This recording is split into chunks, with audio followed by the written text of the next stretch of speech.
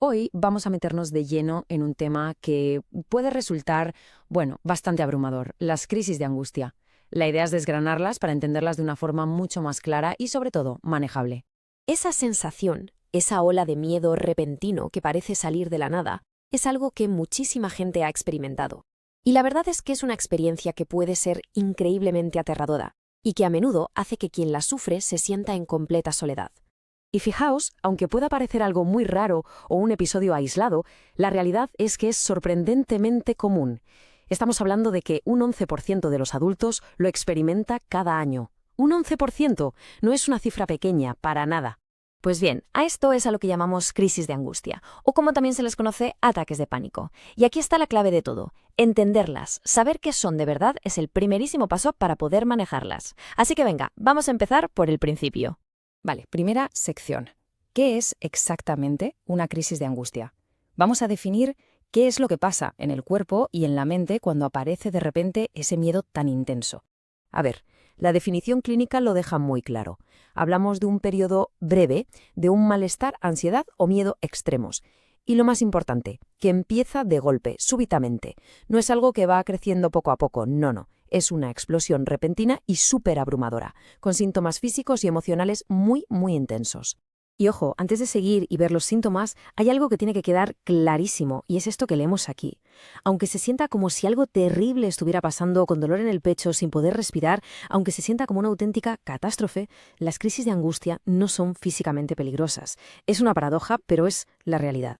Y es que, claro, fijaos en la lista de síntomas.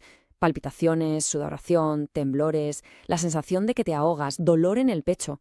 Con este panorama es totalmente normal que muchísima gente lo confunda con un infarto, porque los síntomas no son imaginarios, son 100% reales y desde luego absolutamente aterradores.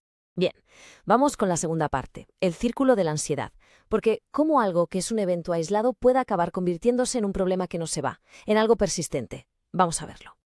Y aquí está la gran diferencia, que es crucial entender. Por un lado tenemos la crisis de angustia, un suceso, un pico intenso, pero breve, que le puede pasar a cualquiera. Pero por otro lado está el trastorno de angustia, que es otra cosa.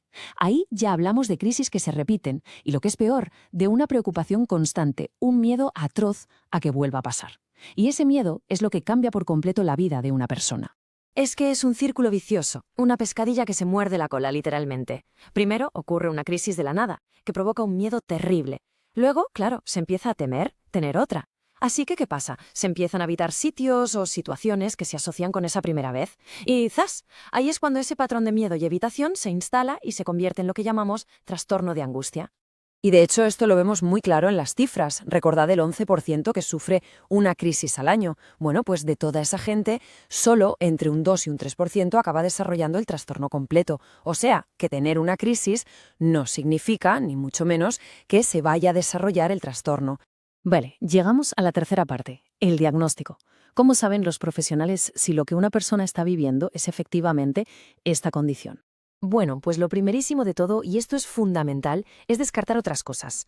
Como los síntomas son tan físicos, corazón, pulmones, hay que hacer una evaluación médica completa para asegurarse de que no hay un problema cardíaco o de tiroides o cualquier otra cosa que pueda estar causando esto. Una vez se ha descartado todo lo físico, los profesionales se fijan en un patrón muy concreto.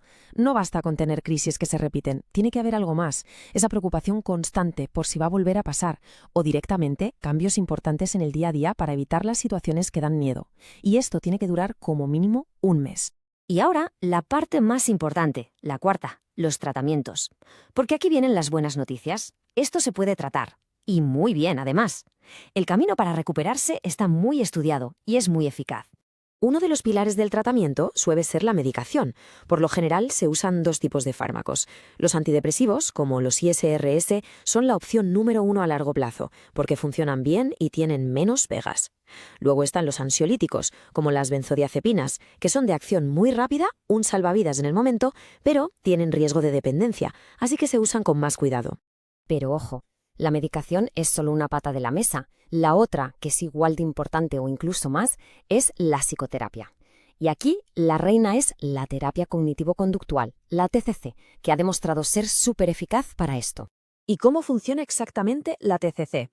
Pues básicamente da herramientas. Es un proceso de 3 pasos. Primero, se aprende a identificar qué pensamientos distorsionados son los que disparan el pánico. Segundo, se aprende a darles la vuelta, a reestructurarlos, a desafiarlos. Y tercero, de forma muy gradual y controlada, la persona se expone a esas situaciones que le dan pánico, para poco a poco romper esa asociación de miedo.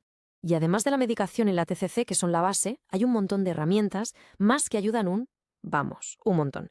Técnicas de relajación, mindfulness, ejercicios para controlar la respiración, hacer deporte. Todo esto suma y es una parte súper importante para manejar la ansiedad en el día a día. Bueno, y llegamos al final. Después de todo este recorrido, ¿con qué nos tenemos que quedar? ¿Cuál es el mensaje de fondo, el mensaje de esperanza? Pues el mensaje es este, así de simple y de potente. El tratamiento funciona. Por lo general permite controlar los síntomas. Esto no es una condena de por vida. Con el enfoque correcto, de verdad que es posible tomar las riendas de nuevo. Venga, un resumen rápido con las ideas clave. Primero, las crisis de angustia se sienten horribles, peligrosísimas, pero no lo son. Segundo, el verdadero problema del trastorno es el miedo a tener más crisis. Tercero, y más importante, se puede tratar y los tratamientos funcionan. Y cuarto, entender cómo funciona ese círculo vicioso es el primer paso para poder romperlo. Y todo esto nos lleva a esta última reflexión. Porque al final, recuperarse no va solo de que paren las crisis de angustia, va de algo mucho más profundo. Va de reclamar el derecho a que la vida la guíen las propias decisiones, las ganas, los sueños y no el miedo. Es volver a tener las riendas.